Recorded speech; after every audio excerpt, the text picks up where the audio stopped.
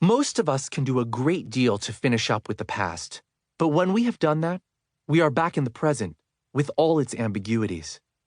In the midst of the change, it is not easy to say just what is ending and what else may emerge to take its place.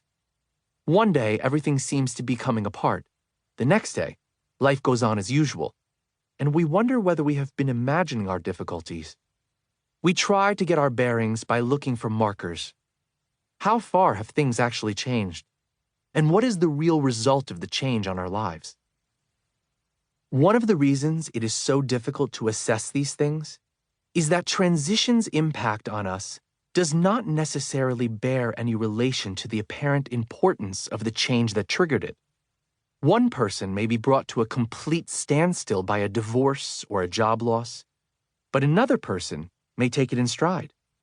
Someone else may come to terms with a debilitating illness and then be demolished by the loss of a beloved pet. In that first transition class, I learned more about what accounts for these differences from the class member whose only apparent life change was his promotion at work. He was in great distress, although he did not know why, and the rest of the class tended to make light of it. The promotion itself was working out all right, he claimed, but there was still some nameless change that threatened to wreck his life. We ran through the obvious categories. His finances were stable, his health was generally good, his kids were doing well in school, his career was fine. "Nothing's wrong," he said irritably, and the rest of the class eyed him suspiciously, as though he might be a spy. But then, as we moved past the idea of a promotion to the reality of his life situation, a different picture began to emerge. The promotion was just the tip of the iceberg, for the man's company had undergone a major reorganization. The man's position had been shifted to a newly created division in the company, and his old boss, who had also been a good friend, had been fired.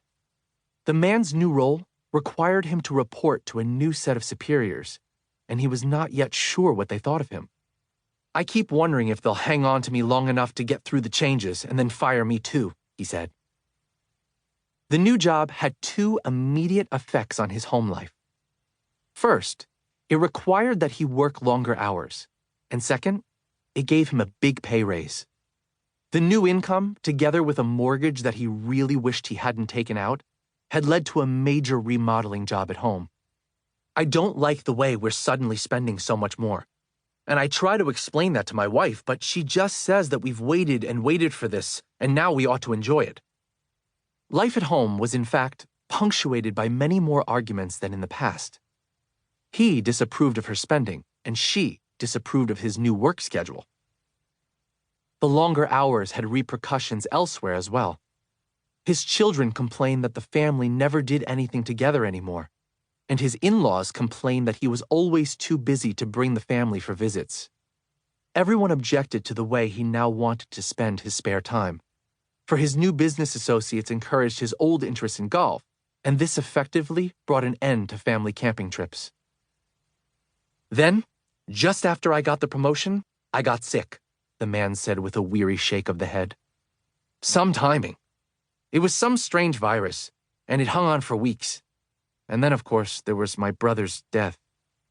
His voice trailed off, and he just sat there, looking very tired.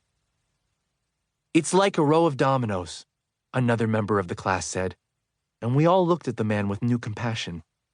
The promotion had set off a tremor across the surface of his life, leading to inner reorientations that were hard for the man to put into words. His brother's unexpected death at 48 and his own illness combined to undermine his old sense of invulnerability. The firing of his friend had the same effect, because it was not incompetence, but organizational needs over which he had no control that had sent the man packing.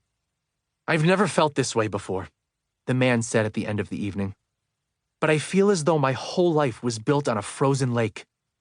We all go on with our activities. We work on the house and play golf and entertain and have our fights. I put in long hours at work and think I'm doing well.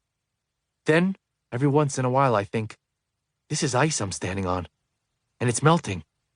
Or, was that a crack I heard just then?